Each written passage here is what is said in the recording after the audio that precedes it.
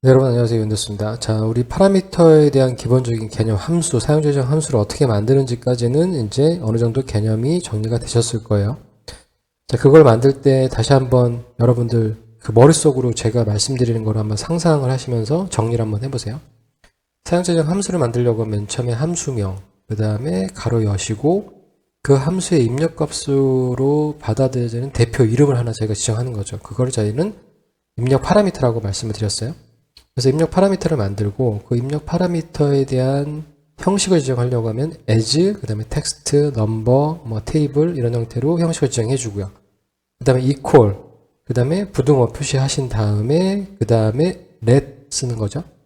let 쓰시고 그 다음부터는 그 박스 안에서 이루어지는 행위들, 뭐 더하기를 하거나 빼기를 하거나 아니면 뭔가를 나누거나 아니면 어떤 함수, mquery 함수를 써서 어떠한 특정한 액션을 취해주고 그게 다 끝나면 in 한 다음에 결과 output 결과를 보내주면 내보내면 되는 겁니다. 이런 구조로 저희가 입력 파라미터라고 하는 것과 사용자 지정 함수는 뗄래야 뗄 수 없는 상관관계를 가지고 있는 거죠. 그러면 이제 입력 파라미터를 어떻게 파라미터 즉 매개 변수예요. 변수죠. 변하는 매개 변수를 특정한 이름을 줘서 만드는 거고 이 입력 파라미터 값을 가지고 활용하는 부분에서는 제가 말씀드렸던 것 중에 파워 쿼리가 아니라 MS 쿼리 기능이 있어요. MS 쿼리 기능이 데이터 원본에서 릴레이션을 줘서 특정한 어떤 계산값을 만들거나 어떤 특정한 값을 필터링해서 가져오는 건 가장 좋은 방법, 가장 빠른 방법이죠. 왜냐하면 매개 변수에 대한 부분을 특정한 셀에 지정을 하게 되면 우리가 새로 고침하지 않아도 바로바로 거기에다가 매개 변수를 집어넣으시게 되면 해당되는 데이터를 필터링해서 고급 필터를 해서 가져오는 그런 결과와 똑같이 결과를 보내주지만 릴레이션도 맺을 수 있고 여러 테이블들을 조인을 할 수도 있고 활용도가 되게 높다라고 하는 거를 말씀드린 적이 있어요. 그 강좌를 여러분 찾아서 한번 확인을 꼭 한번 해주시고요.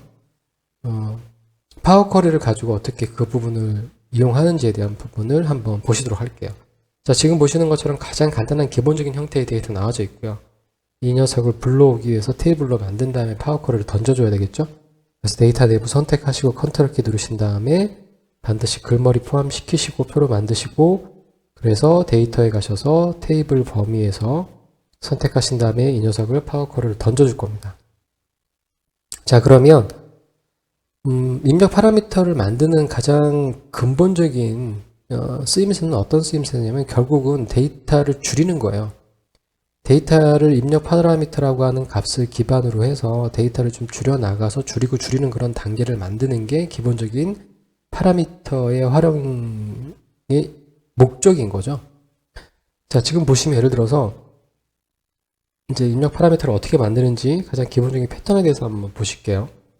자, 보시면은 지금 보시는 것처럼 이제 그 데이터를 줄일 수 있는 항목이 예를 들어서 이런 시나리오로 한번 생각해 볼 수 있을 것 같아요. 그러니까 데이터 양은 되게 많다라고 하는 전제 하에서 저는 제가 핸들링하는 제품은 기본적으로 A라고 하는 제품만 필요해요. 그리고 그 녀석에 대한 부분을 가지고 뭐 어떤 추가적인 연산을 하던 아니면 데이터를 어떻게 분석을 하던 기본적으로는 데이터 양이 되게 많은 것 중에 내가 원하는 데이터만 좀 추려내기 위한 방법을 쓰는 거죠. 자, 그러면 지금 보시는 것처럼 프로덕트 A라고 하는 것만 필요하다라고 하면 지금 보시는 것처럼 원본 테이블에서 프로덕트 A만 필터링을 하게 되면 프로덕트 A만 가져와줘서 처리를 할 겁니다.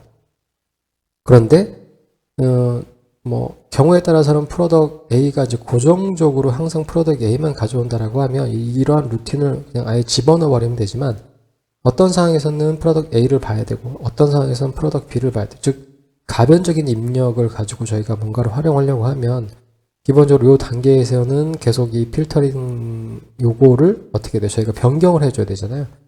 그러면 이런 단계별로 적용이 되어 있다고 하면 그 다음 단계에서는 또 어떻게 하셔야 됩니까? 이 필터링 행의 기억 표시를 선택하셔서 우리가 필터 A로 되어 있던 거를 어떻게 하셔야 돼요? 이제 프로덕트 B 뭐 이런 식으로 그때그때마다 수동적으로 바꿔주셔야 된다는 거죠. 그런 부분들을 좀 더 유연하게 하기 위해서 우리가 입력 파라미터, 즉 매개 변수를 만들어서 그 매개 변수에다가 사용자가 집어넣으면 바로 그거를 즉각적으로 피드백을 주게끔 하기 위한 그런 테크닉적인 기술인 거죠. 테크닉적인 기술이 중복된 말이죠. 자, 그런 테크닉이죠. 자, 보시는 것처럼 이제 그 홈 메뉴에 가보시면 매개 변수 관리라고 하는 게 있어요. 즉, 우리가 프로덕트 A라고 하는 부분을 그냥 제품명이라고 집어넣고 우리가 그때그때마다 필요한 제품명을 저희가 그냥 선택하거나 입력하게 되면 해당 부분이 훨씬 더 관리하는 측면에서는 손이 좀 덜 가겠죠.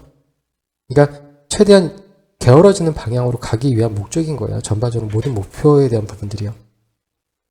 자, 매개 변수 관리를 선택해서 딱 누르시면 지금 보시는 것처럼 매개 변수 관리가 나오는데 제가 새로 만들어야 되니까 새로 만들 겁니다. 그러면 새로 만들고 매개 변수의 이름은 뭐냐면 제품명이라고 하겠죠.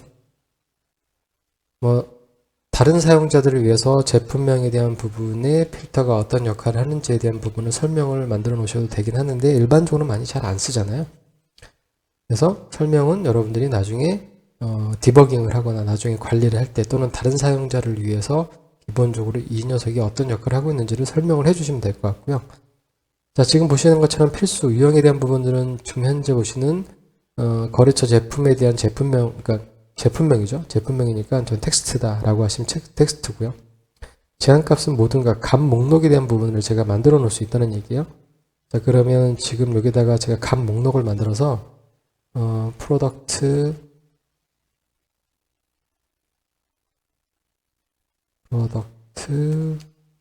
A 엔터 누르시면 다음으로 나옵니다. 프로덕트 제가 자주 많이 쓰는 게 D 그 다음에 프로덕트 C 예를 들어서 이렇게 제가 가장 많이 써요. 이 세 개가 제가 주로 핸들링하는 제품이고 경우의 케이스에 따라서 이렇게 이걸 가지고 이제 보려고 하는 거죠. 그럼 기본값은 프로덕트 A로 하고 현재값 프로덕트 A로 하겠다라고 제가 확인을 하게 되면 지금 보시는 것처럼 이제 새로운 제품명이라고 하는 변수를 하나 만든 거예요. 근데 그 변수가 가변적이고 여러 가지 변하는 거고 그건 제가 목록을 이렇게 이미 만들어 놨어요. 그래서 이제 D를 선택하면 매개 변수 D가 되는 거죠. 프로덕트가. 자, 그러면 이제 저희가 여기에서 해당되는 부분에 필터를 프로덕트 A라고 줬잖아요. 자, 요거 수식 입력 창에서 요 프로덕트 A라고 되어 있는 요 부분을 저희는 뭐라고 파라미터를 만들면 제품명으로 만들었죠. 그래서 저는 이 필터된 내용에 제품명이라고 하는 지금 보시는 이런 파라미터를 만들어서 처리를 한 거죠. 그러면 이제 프로덕트 D가 생성된 거기 때문에 프로덕트 D가 만들어진 걸 확인할 수 있으실 거예요. 자, 전 프로덕트 이제 요거를 바꾸게 되면 프로덕트 C가 되겠죠.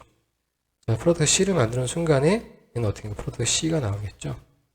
자, 이렇게 변수에 대한 부분을 파라미터 값으로 처리를 하게 되면 지금 보시는 것처럼 제가 간단하게 해당되는 부분을 변경을 할 수가 있는 거예요. 자, 그래서 결과에 대한 부분을 제가 표로 해서 새 워크시트에다가 연결만 일단 만들기를 한 다음에 보시면은 표를 다시 제가 다음으로 로드해서 기존 워크시트의 앞에다가 뽑아냈겠습니다. 파라미터는 기본적으로 저희가 해당되는 부분을 바꿀 때 얘를 가지고 쓸 게 아니기 때문에 기본적으로 지금 보시는 것처럼 어떻게 됐습니까?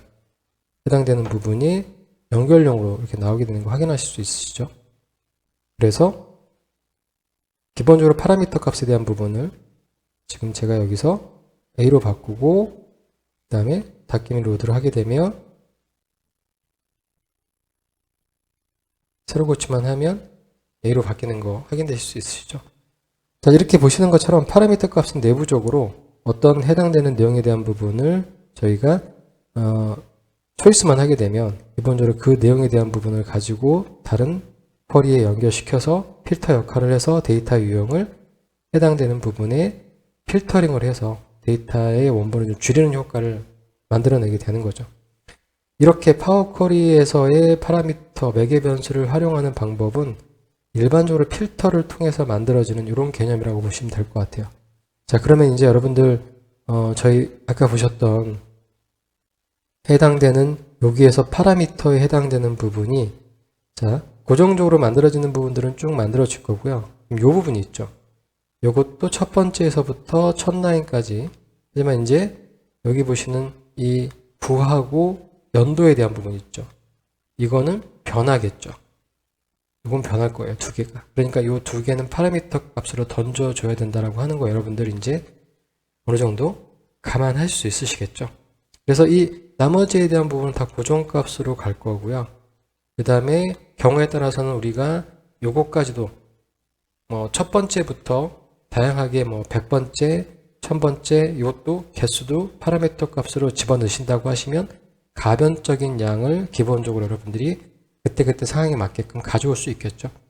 하지만 저희는 그냥 맥시멈으로 가져올게요. 그리고 저희 예제에서는 구하고 연도만 바뀌는 걸로 이 해당되는 내용을 어떻게 바꿀 수 있는지 본격적으로 이제 그 부분 이제 됐었으니까 저희가 이제 사용재정 함수 그거만 만드셔서 이랑 연결시켜서 파라미터 값을 가지고 이제 웹상의 API를 어떻게 긁어 오는지 해당되는 내용을 한번 확인해 보도록 하겠습니다. 다음 시간에 여러분들 찾아뵐게요. 감사합니다.